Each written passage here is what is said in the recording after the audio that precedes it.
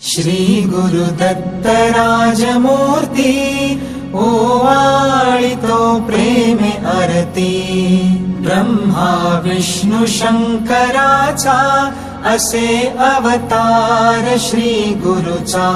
कराया उद्धार जगाचा जाहला बाळ अत्रि ऋषीचा।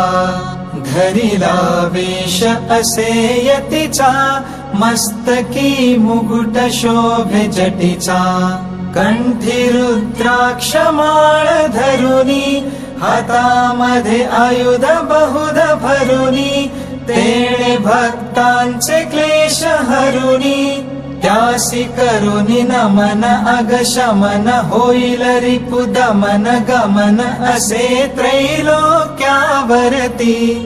ओवाळितो प्रेमे आरती श्री गुरुदत्त राजमूर्ती।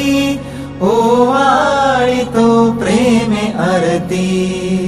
गाणगापुरी वस्ती जाची प्रीती अवदुंबर छायेची।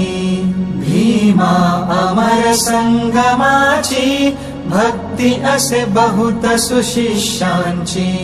वाट दावुनिया योगाची ठेव दे तसे निज मुक्तीची।